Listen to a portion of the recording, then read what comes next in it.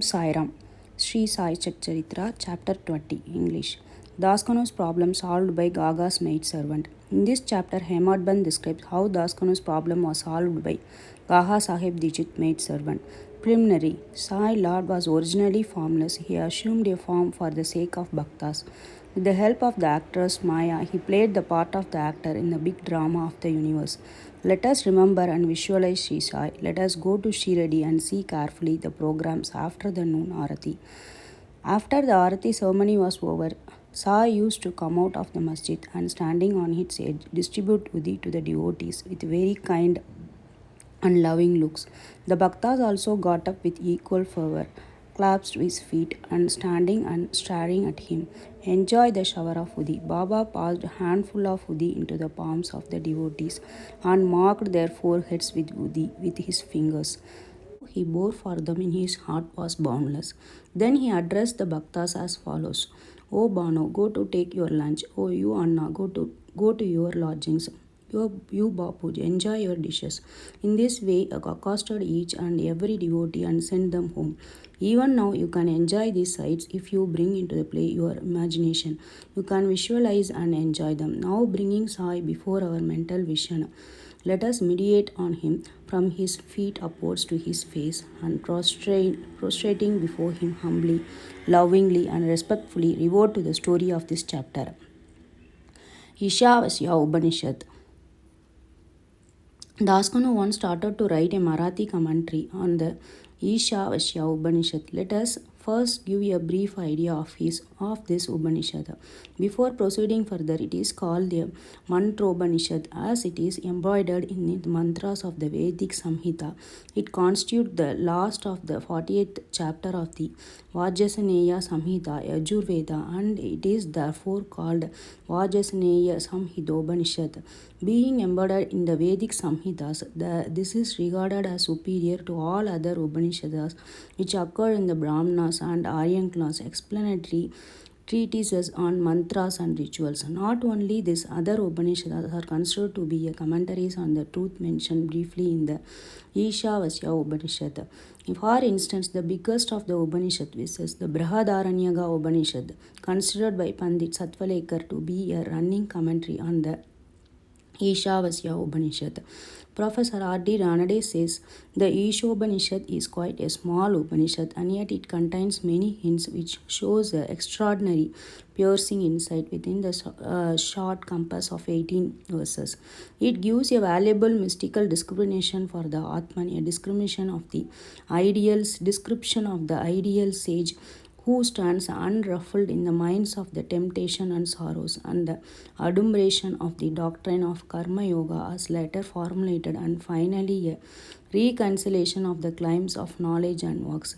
The most valuable ideas that lies at the root of the Upanishad is that of a logical synthesis between the two opposites of knowledge and work, which are both required according to the Upanishad to be annulled in a higher synthesis, page 24 of the constructive survey of the Upanishad philosophy. In another place, he says that the poetry of the Ishopanishad is a commixture of moral, mystical, and metaphysical. Page 41. From the brief description given above it in Upanishad, anyone can see how difficult it is to translate this Upanishad in a vernacular language and brief out in exact meaning. Daskanu translated it in Marathi meter verse by verse, but as he did not comprehend the gist of or essence of the Upanishad, he was not satisfied with this performance. He therefore consulted some learned men regarding these doubts and difficulties and discussed with them at a great strength. They did not solve them, nor did they give him any rational and satisfactory explanation. So Daskanu was little restless over this matter. Sadguru only competent and qualified to explain. As we have seen, this Upanishad is the quintessence of the Vedas. It is the science of the self-realization. It is the sing or weapon which can rend asunder the bondage of life and death and make us free. Therefore, he thought that he who himself attained self-realization can only give him the true or correct interpretation of the Upanishad. When nobody could satisfy Daskunu, he resolved to consult Sai Baba about this. When he got the opportunity to go to the Shiradi, he saw Sai Baba prostrated himself before him and mentioned his difficulties about the Ishavasya Upanishad and requested him to give the correct solution. Sai Baba blessed him and said, "You need not be anxious. There is no difficulty about the matter. The mind servant of Kaka Gaga Sahib Dishit will solve your doubts at Vile Parle on your way home." The people who went present and heard this thought that Baba was joking and said, "How could an illiterate maidservant solve the difficulties of this nature?" But Daskanu thought otherwise. He was sure that whatever Baba spoke must come true.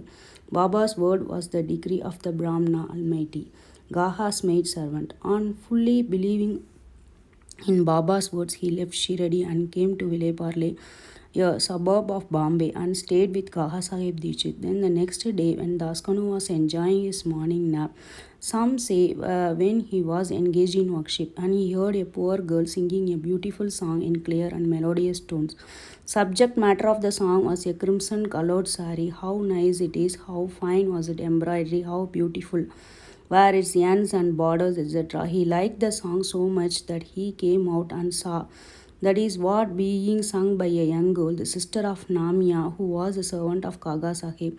Girl was cleaning vessels and had only a torn rag on the person. On seeing her impoverished condition and her jovial temperament, Daskanu felt pity for her, and when Rao Bahadur M.E. Prathan next day gave him a pair of dhotas, he requested him to give a sari to the poor little girl also. Rao Bahadur bought a good Shiradi small sari and presented it to her like a starving person getting luckily good dishes to eat. Her joy knew to bounds. Next day she wore the new sari, and out of great joy and merriment world danced and round and played fugadi with other girls and excelled them all. The day following she kept the new sari in her box at home and came with the old and torn rags, but she looked as merry as she did the previous day. On seeing this, Daskanu pity was transferred into the admiration. He thought that the girl, being poor and to wear a torn rag, but now she had a new sari which she kept in reserve, and putting on a old rag, strutted herself, showing no trace of sorrow or dejection. Thus he realized that all of her feelings and pain and pleasure depend upon the attitude of our mind. On thinking deeply over this incident, he realized that the man ought to be enjoy whatever God has bestowed on him in the firm conviction that he bests everything from behind and before and all the sides, and that the whatever is bestowed on him by God must be for his good. In this particular case, he impoverished condition of the poor girl, he torn tag and new sari, he donor, the dance and the acceptance were all parts of the Lord and pervaded by him. Hence, Daskanu got a practical demonstration of the lesson of the Upanishad, the lesson of the contentment with one's own lot in the belief that whatever happens is ordained by God and is ultimately good for us. Unique method of teaching. From the above incident, the reader will see that the Baba's method was unique and varied. Though Baba never left Shiradi, he sent some to Machindraghat, some to Kolhapur or Sholapur or practicing sadhans. To some he appeared in his visual form, to some he appeared in waking and dreaming state, day or night, and satisfied the desires. It is impossible to describe all the methods that Baba used in imparting instruction to his bhaktas. In the particular case, he sent Daskanu to Vile Parle, where he got his problem solved through the maid servant. To those who say that it was not necessary to send Daskanu outside and the Babas could have personally taught him, we say the Baba followed the right of the best course. On how else could Daskanu would have learned to great lesson that the poor maid servant and her sari were perverted by the Lord. Now we close the chapter with another beautiful extract about this Upanishad. The ethics of the Ishavasya Upanishad. One of the main One of the main features of the Ishavasya Upanishad is the ethical advice it offers, and it is interesting to note that the ethics of the Upanishad are definitely based upon the metaphysical position advanced in it. The very opening words of the Upanishad tells us that God pervades everything. As a corollary from this metaphysical position, the ethical advice it offers that the man ought to enjoy whatever God bestows on him in the firm belief that as he pervades everything, whatever is bestowed on him by God must be good. It follows naturally then the Upanishad should forbid us from coveting another man's property. In fact, we are fittingly taught here a lesson to contentment with one's own lot in the belief that whatever happens, it is divinely ordained and it is hence good for us. Another moral advice is that the man must spend his lifetime always in doing action, especially the karmas enjoyed the Shastras, in a mood of believing resignation to his will. Inactivity, according to this Upanishad, would be a canker of the soul. It is only when a man spends his lifetime or doing actions in the manner that he can hope to attain the ideal Nashkarmya. Finally, the text goes on to say that the man who sees all the beings in the self and sees the self as existing in all beings, in fact, for whom all the beings and everything that exists have becomes the self, how can such a man suffer infatuation? What ground would such a man have for grief? Loathfulness, infatuation, and grief verily proceed from our not being able to see the Atman in all things.